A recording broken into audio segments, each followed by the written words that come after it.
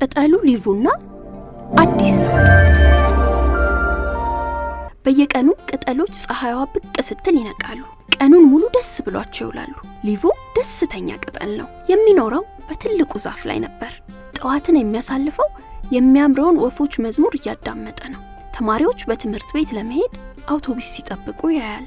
የልጆቹ ሳቅና ጨዋታ ያስደስተዋል። ከከሰዓት በኋላ ደግሞ ሞቅ ያለውን የፀሐይ ሙቀት እየሞቀ የሚያማምሩ አበባዎችን እያየ ይደሰታል። እየመሸ ሲመጣ ያለውን የፀሐይ ግብዓት ማየት ደስታው ነው። ፀሐይ ስትገባ ማየት ከቀን ውሎ የሚወደው ነገር ነው።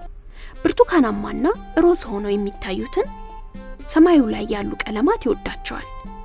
አንድ ቀን ለየት ያለ ነገር እየተፈጠረ እንደሆነ ሊቡ ተረዳ። ፀሐይዋ ቀስ በቀስ እየጠፋች ሰማዩ ልክ እንደ ምሽት እየጠቆረ መምጣቱን ልብ ብሏል። ምንድነው ብሎ ትልቁን ዛፍ ጠየቀ። አውሎ ንፋስ እየመጣ ነው ሊቡ አለ ትልቁ ዛፍ። አውሎ ንፋስ ምንድነው? አውሎ ንፋስ እኛ እንድናብብ እንድናድግ የሚያደርግ ተፈጥሯዊ ነገር ነው ሊቡ። ንፋሱን እመናት፣ ችግር የለው። እንዴት ነው ንፋስን የማምናት? እሷ እኮ ናት ይህንን ለውጥ ያመጣችው አለ ግራ በመጋባት። ንፋስ ቀስ በቀስ እየጠነከረ መጣ። ትልቁም ዛፍ ስሩን ጠንከር አደረገና አይዟችሁ አትፍሩ አላቸው ቅጠሎቹን። ንፋሱ በኃይል መንፈስ ጀመረ። ቅጠሎችን ከዚህ ወደዚህ እያደረገ አወዛወዛቸው። ዝናቡም እየጠነከረ አቅም እንዲያጡ እያደረጋቸው መጣ። ንፋሱ አንዱን የሊቡን ጓደኛ ገንጥሎት ይዞት ሲሄድ ተመለከተው። ሊቡ ደነገጠ። ግንዱን ጥብቅ አድርጎ ያዘ። ንፋሱንና ዝናቡን መቋቋም እያቃተው ነበር።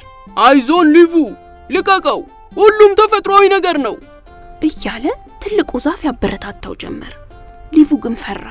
ግንዱን እንደያዘ ማልቀስ ጀመረ።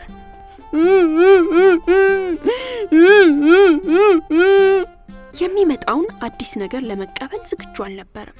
ሊቡ ብሎ ትልቁ ዛፍ በኃይል ጠራው። ልቀቀው፣ ጊዜው አሁን ነው አለው። ቀስ ብሎ አይኑን ጨፈነ። እጆቹን ከግንዱ ቀስ ብሎ ለቀቀ። ንፋሱም ይዞት ሄደ። ወደ ሰማይ ቀስ እያለ ወጣ። ምን እንደሚሆን ያላወቀው ሊቡ በፍርሃት ንፋሱን አምኖ ተጓዘ። ብዙ እንደተጓዘ ንፋስን አያት። በሚያምር ፈገግታ ያየችው እንደሆነ ተረዳ። የሷ ፈገግታ እንዳይፈራ እንዲበረታ አደረገው።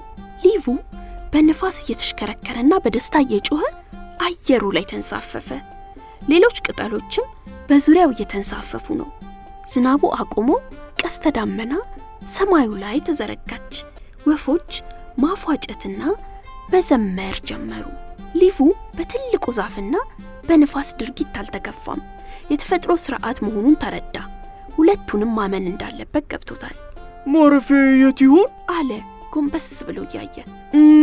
አውቶቡስ መቆሚያው ጋር፣ ቲማቲም እርሻው ጋር፣ ወይስ ገንዳ ውሃው ጋር አለ እያማረጠ።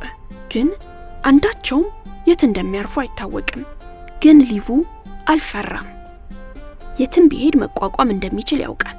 እንደ ዛፍ እንደሚያምር ውብ ዛፍ ትልቅ ሆኖ እንደሚበቅል አመነ። የትም ቦታ እንደሚበቅል ተረድቷል። ይኸው በሚያምር የአበባ ስፍራ ላይ አረፈ። ሊቡ በጣም ደስ አለው። የተለያየ ቀለም ባላቸው አበቦች መሃል መገኘቱ እጅግ አስደስቶታል። ፈራ? አልፈራም። አዲሱ ህይወቱ አስፈራው? አላስፈራውም። እቅድ አለው? ኧረ ምንም። ግን አልፈራም።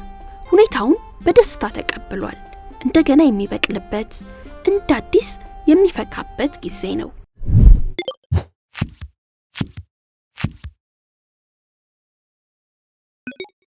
ኦሆ አሃ የኢትዮጵያ ልጆች ኦሆ